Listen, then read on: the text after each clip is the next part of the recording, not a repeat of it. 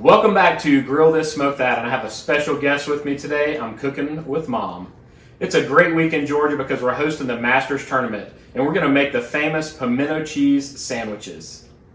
So Mom's going to take us through her famous recipe. Okay, we're grating 1 pound of sharp cheddar cheese. Add the rest of the cheese.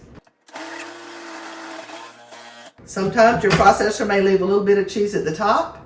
You can either give that to someone to snack on or open it back up and put it back in.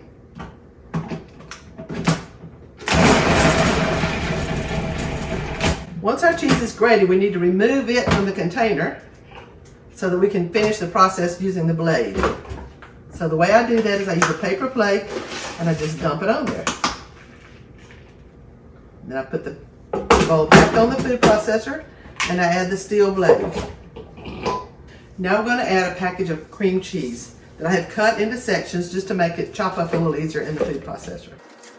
And I always like to scrape it because, I don't want to waste anything. To that, we're going to add some chopped garlic and some pickled jalapeno peppers. And that was about 1 large clove of garlic and a couple of tablespoons of the sliced jalapeno peppers. Then I add mayonnaise, and it's usually about a half a cup, or with me, I just do a couple of big spoonsful. And I want a little bit of this jalapeno juice. And at the Masters Tournament, they add pickle juice to theirs, so it's very similar to what we're doing today. And then some cracked black pepper. I love this cracked black pepper done this way because I don't have to grind anything. I just hold it still and it does its business.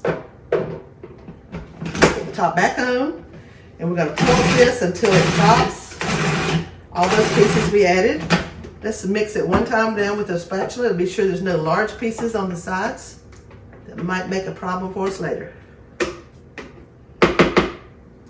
Back onto the top again, and another pulp or two, and our base is done. Now we're going to add our grated cheese back to the mixture in the food processor. And this is why we use the paper plate, so that it folds easily to be able to shovel it back in there. Back in the mix. And we need some pimento. And we're going to start with about a half a jar and see what it looks like.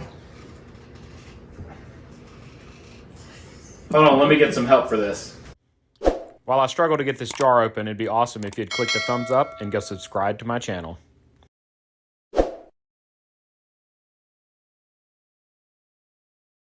There we go. This tool did the trick. I don't even know what it's called.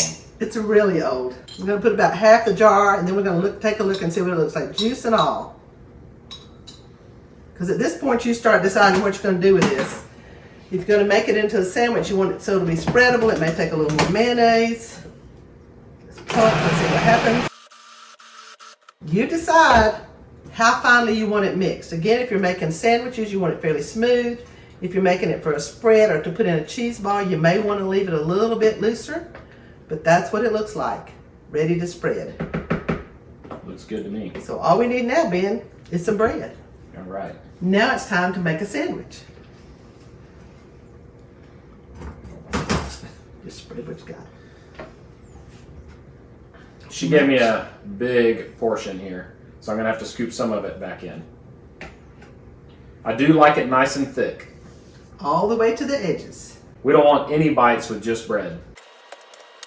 Let's eat, y'all.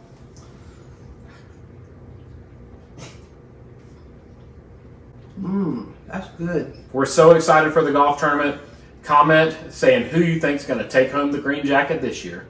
Thank you so much for making it to the end of the video. It'd be awesome if you'd click that logo in the bottom left-hand corner to subscribe to my channel, and maybe even check out one of my other videos shown on the right.